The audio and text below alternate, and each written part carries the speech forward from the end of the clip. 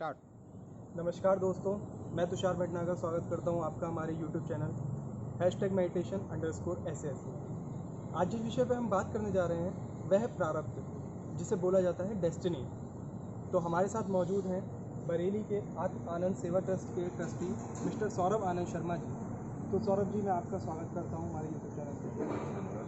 सौरभ जी, कृपया करके हमें बताइए कि प्रारब्ध या डेस्टिनी जिसे हम बोलते हैं वह असल में है क्या?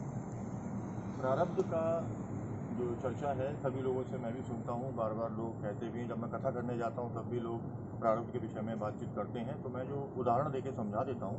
प्रारब्ध का उदाहरण मैं देता हूँ, जैसे हमारा मोबाइल फ़ोन है, इस मोबाइल में एक सिम पड़ा हुआ है। उस सिम में हमने कुछ नंबर सेव कर रखे हैं। मोबाइल ख़राब हो जाता है तो हम उस सिम को निकाल कर दूसरे मोबाइल में डाल लेते हैं, और इस मोबाइल में वो जो सिम इसमें पड़े हुए काम कर रहे थे वो इस वाले मोबाइल में आकर के हम फिर उन लोगों से ही बात करते हैं जो पहले कभी इस मोबाइल से कर रहे थे। ठीक उसी प्रकार से हमारे मनुष्य का शरीर होता है। तो जो मनुष्य का शरीर है उसके भीतर आत्मा रहती है, परमात्मा का एक अंश। आत्मा हम सभी जानते हैं, तो आत्माराम हम सब में निवास करते हैं। तो पूरे जगत को जो चिति व्याप्त रहती है वह परमात्मा का ही अंश है। तो जब एक शरीर है, उस शरीर के भीतर आत्मा काम करती है। आत्मा अगर निकाल दिया जाए, मनुष्य का शरीर शव बन जाता है। और जब व्यक्ति जन्म लेता है, जन्म से लेकर जब तक उसकी मृत्यु होती है, वो कई कार्य करता है। उन सभी कार्यों का अंकन उस आत्मा पे रहता है। जैसे हम रिकॉर्ड करते हैं, ठीक उसी प्रकार से सारी रिकॉर्डिंग जो है वो उस आत्मा पे होती है। मनुष्य की मृत्यु होती है, शरीर त्याग देता है, लेकिन वह जो आत्मा है वो निकल करके पुनः फिर दूसरा शरीर धारण कर लेती है। जब वह दूसरा शरीर धारण कर लेती है तो हमें जो पहले का जो हमारा कर्म है वो उसके साथ उस आत्मा राम से अब नए शरीर में उसका भोग प्रारब्ध के रूप में हम उसको भोग भोगते हैं। तो कहने का तात्पर्य ये है कि जो कुछ भी मैंने एक भौतिक उदाहरण दिया कि मोबाइल का जैसा सिम होता है कि एक मोबाइल से निकाल कर दूसरे मोबाइल में डाल देते हैं और फिर उसका हम उपयोग करते हैं।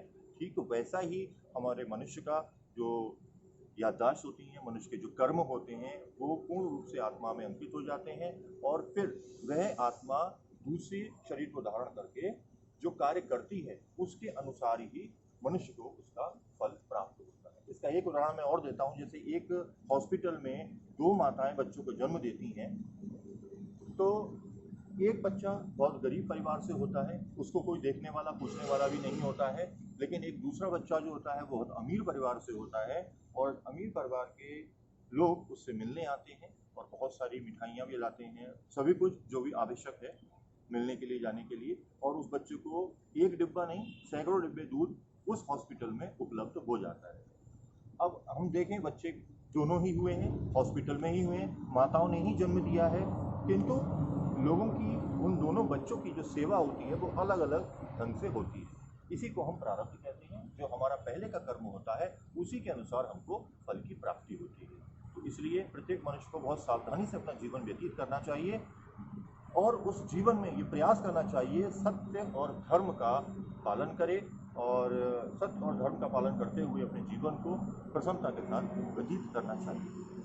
सौरभ जी, वाकई में काफ़ी रोचक जानकारी आपसे मिली हमेशा की तरह, और ख़ास तौर से मुझे आपके उदाहरण काफ़ी प्रेरित करते हैं, क्योंकि पर्सनल लाइफ से जुड़े हुए होते हैं तो उन्हें समझने में काफ़ी आसानी रहती है। मैं तो जानता हूँ कि पिछले कर्मों का फल अवश्य ही इंसान को मिलता है, इसलिए मैं तो आज से अपने जो पिछले कर्म करे उनका तो नहीं, लेकिन आगे कर्मों पर बड़ा ध्यान रखने वाला हूँ। रखना भी चाहिए। तो दोस्तों, ऐसे ही आगे भी रोचक जानकारियों के लिए हमारे साथ जुड़े रहने के लिए कृपया हमारे चैनल को सब्सक्राइब करें और बेल आइकन को दबाएं। बहुत बहुत धन्यवाद। नमस्कार।